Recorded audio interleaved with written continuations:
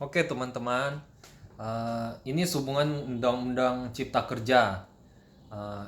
Sebelumnya terima kasih sudah mengunjungi channel ini, video ini dan nonton video ini. Saya mau sedikit curhat soal Undang-Undang Cipta Kerja, tapi bukan masalah setuju atau tidaknya, tapi masalah kedepannya. Kedepannya kira-kira bagaimana? Karena saya bicara dari sudut pandang pengusaha lah ya. Saya kerja sebagai saya pernah mengurus masalah gaji dan menggaji orang. Eh, Undang-Undang Cipta Kerja ini dalam satu hal bukan bukan bukan sesuatu yang ada dua sudut pandang, oke? Ada suatu kemajuan, ada juga suatu kemunduran. Misalnya dari sudut pandang buruh beda, dari sudut pandang pengusaha beda, dan tentu saja ini adalah dua pihak yang berhadapan kalau dalam masalah gaji, karena pengusaha yang bayar, buruh yang menerima, ya kan? Eh, tapi saya nggak bicara buruh, kita bicara kata pegawai lah ya. Eh, Undang-Undang Cipta Kerja ini, Undang-Undang Ketenagakerjaan lah, yang dulu 13 tahun 2003, itu berat sekali buat pengusaha. Dan pada saat penerapannya banyak yang tidak seperti banyak hukum yang berlaku, banyak yang dalam tahap tidak dipraktekkan. Dan ini banyak sekali. Para buruh yang kerja di perusahaan-perusahaan, ada berapa sih perusahaan besar di Indonesia? Ada berapa UMKM? Nah, yang saya ingin kita semua pertimbangkan adalah saya bukan berbicara dari sudut pandang pengusaha multimilioner, konglomerat, atau BUMN. Ya, masalah itu mereka atau pegawai negeri, di situ mereka terapkan sih undang-undang ketenagakerjaan. Tapi mereka yang buka usaha mikro, misalnya, sangat sangat ini saya bicara praktek umum ya, adalah sadis kalau dia terapkan Undang-Undang 13 tahun 2003, terutama bidang pesangon. Nah, ketika pesangon dipangkas setengah, ini adalah sinyal buat kita, pengusaha pengusaha yang nggak gitu besar lah. Ini akan mulai penting untuk kita perhatikan, untuk kita terapkan. Dan ini berat. Masalah pesangon masih berat. Kalau dulu absurd, jadi masih bisa beralasan, tapi sekarang aduh deh. Udah susah kita bilang absurd. Mari saya jelaskan. Kalau Anda mulai menerima seorang pegawai, eh, Anda pikir, oh gaji di Indonesia itu 13 kali. Jadi misalnya gaji waktu diterima 10 juta, berarti kalau 1 tahun itu berarti bukan 120 juta semuanya di total, itu 130 juta karena ada THR, oke. Tapi kita kita itu gaji yang kita bayarkan ke pegawai. Tapi kita kan juga harus cadangkan pesangon sekarang dengan adanya Undang-Undang Cipta Kerja ini. Kita harus cadangkan pesangon pada tahun nol. Pada tahun nol, pada saat dia masuk, dia berhak atas 1 bulan gaji pesangon kalau dipecat. Begitu masuk tanggal 1 tahun berikutnya, itu 1 bulan gaji lagi. Jadi kalau 1 tahun ada 365 hari, 366 hari adalah 2 bulan gaji. Jadi oke lah, jangan anggap 365, kita anggap aja 366 bedanya cuma 1 hari. Jadi pada tahun 0 itu bukan 13 kali, tapi 15 kali. Jadi kalau kita kasih gaji orang 10 juta per bulan, itu 150 juta pada tahun 0 plus 1 hari.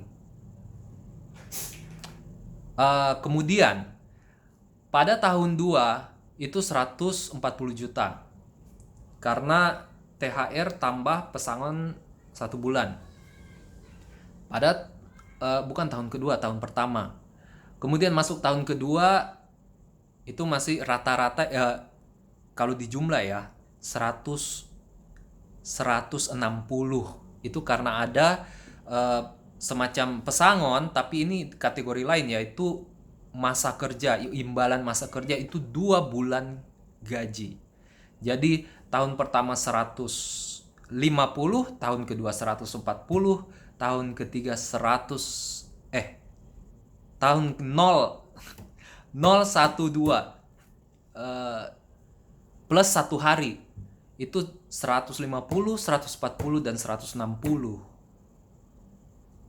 Ya, kita perhitungkan itu dan kita harus tabung itu dari awal-awal.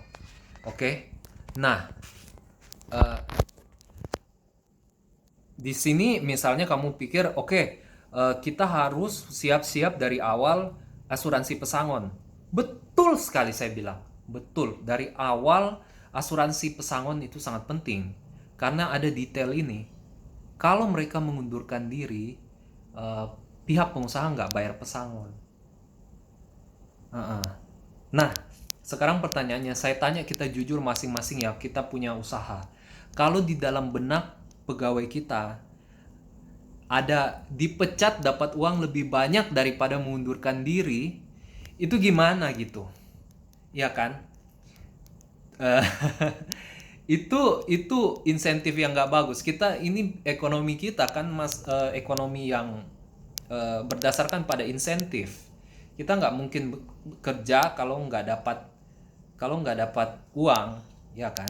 Jadi kenapa kita jalan, kita saling membantu orang, karena ya pasti ada wujud rasa terima kasih dari orang yang kita bantu, atau ketika orang membantu kita, kita kasih wujud rasa terima kasih berupa ya barang atau jasa, uang.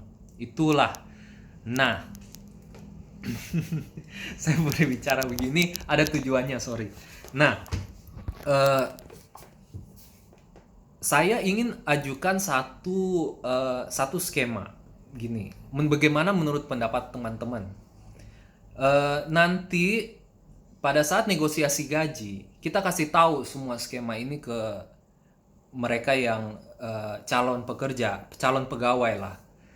Kemudian kalau misalnya pegawainya minta 5 juta misalnya, kita bilang bagaimana kalau saya kasih 4.500.000, tapi kalau kamu mengundurkan diri pesangonnya sama. Ini saya cuma nanya pendapat aja, karena menurut saya pribadi ini ide yang bagus. Satu, masalah motivasi tadi itu penting sekali menurut saya. Yang kedua, juga ada unsur kesetiaan di sana. Karena kalau mereka tahan full 1 tahun, itu manfaatnya mereka dapat bonus yang besar. Kemudian masalah bonus-bonus selanjutnya sampai 8 tahun, 0 sampai 8 tahun ke depan atau 9 tahun ya, kita mungkin nggak perlu terlalu pusing karena itulah bonusnya gitu. Nah, jadi maksud saya gini, mereka bisa mengundurkan diri dan masuk lagi. Bener nggak? Menurut saya legal aja itu. Jadi begitu mereka masuk hari ke-366, mereka mengundurkan diri terus masuk lagi. Mengenai tahun ketiga atau akhir tahun kedua plus 1 hari, ya kita setujui aja lah, ya kan? Sesuai dengan masa kerja. Yang jadi masalah itu adalah kalau dari awal kita tidak perhitungkan itu. Sekarang kita dari awal kita udah ngitung. Dari awal kita udah ngitung. Jadi kita udah antisipasi. Kita taruh di peraturan perusahaan. Ya kan, itu salah satu kewajiban kita mesti masukkan peraturan perusahaan. Kita taruh aja di situ. Kalau mengundurkan diri sama dengan pesangon. Kalau berturut-turut kerja 3 tahun, mau perusahaan kasih sesuai masa kerja. Yang penting berturut-turut, begitu mundurkan diri masuk lagi, mundurkan diri masuk lagi. Silahkan kita ngomong ke pemerintah, silahkan kita ngomong ke pegawai. Gitu. Semua orang tahu. Saya kira ini skema yang legal, pendapat saya pribadi ya, saya bukan ahli hukum ya, tapi saya tidak tahu ada aturan apa yang melanggar hal itu secara langsung, kita melanggar aturan itu kalau melakukan hal itu secara langsung. Mungkin ada pendapatan yang lebih profesional dari ahli hukum, tapi saya kira manfaatnya itu tidak ada motivasi untuk cari-cari masalah, kemudian tidak ada motivasi untuk kemudian ada motivasi untuk setidaknya full sampai 1 tahun gitu. Kemudian ya prakteknya kita harus mencadangkan uang tersebut. Praktis kalau solusi asuransi pesangon itu enggak, jadinya enggak. Tapi karena kita udah gimana ya, kita udah antisipasi dari jauh-jauh hari dengan tingkat gaji yang sudah kita perhitungkan dengan mereka, saya kira itu cuma permainan angka gitu. Sebenarnya praktek di lapangan itu tidak jauh berbeda. Itu tujuan saya menceritakan hal ini adalah masalah administrasi. Yang kita ingin adalah menjalankan bisnis sehari-hari dengan normal. Saya kira masalah legal itu batu sandungan yang besar. Jadi kalau melakukan hal ini, niscaya kita tidak terlalu khawatir lagi dengan batu sandungan itu. Nah, ada satu skema kecil lagi yang saya ingin kasih tahu soal Undang-Undang Cipta Kerja, yaitu buat para pegawai yang gajinya kira-kira 5 juta lebih tinggi daripada PTKP. 50 juta lebih tinggi daripada PTKP. PTKP itu untuk tidak menikah 54 juta, kemudian menikah tambah 4,5, kemudian 1 anak sampai 3 anak, 1 tambah 4,5, 2 tambah 4,5, 3 tambah 4,5.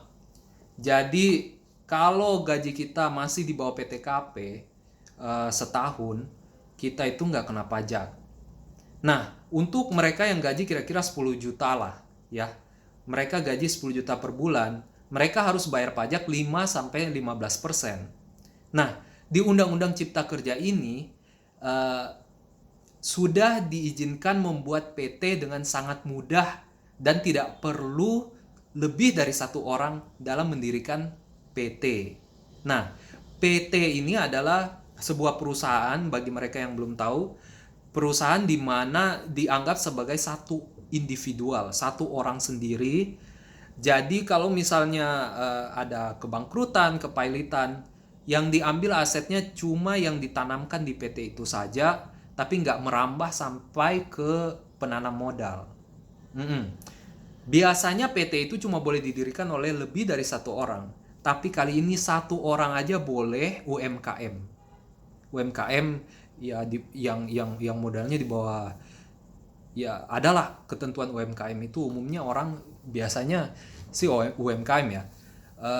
Kalau UMKM ya tarif pajaknya 0,5%. 0,5%. Sedangkan kalau Anda 10 juta per tahun, kemudian Anda di atas PTKP itu kira-kira 120 juta kurang 54, itu udah hampir 60-70 juta ya, 60-an juta di atas PTKP.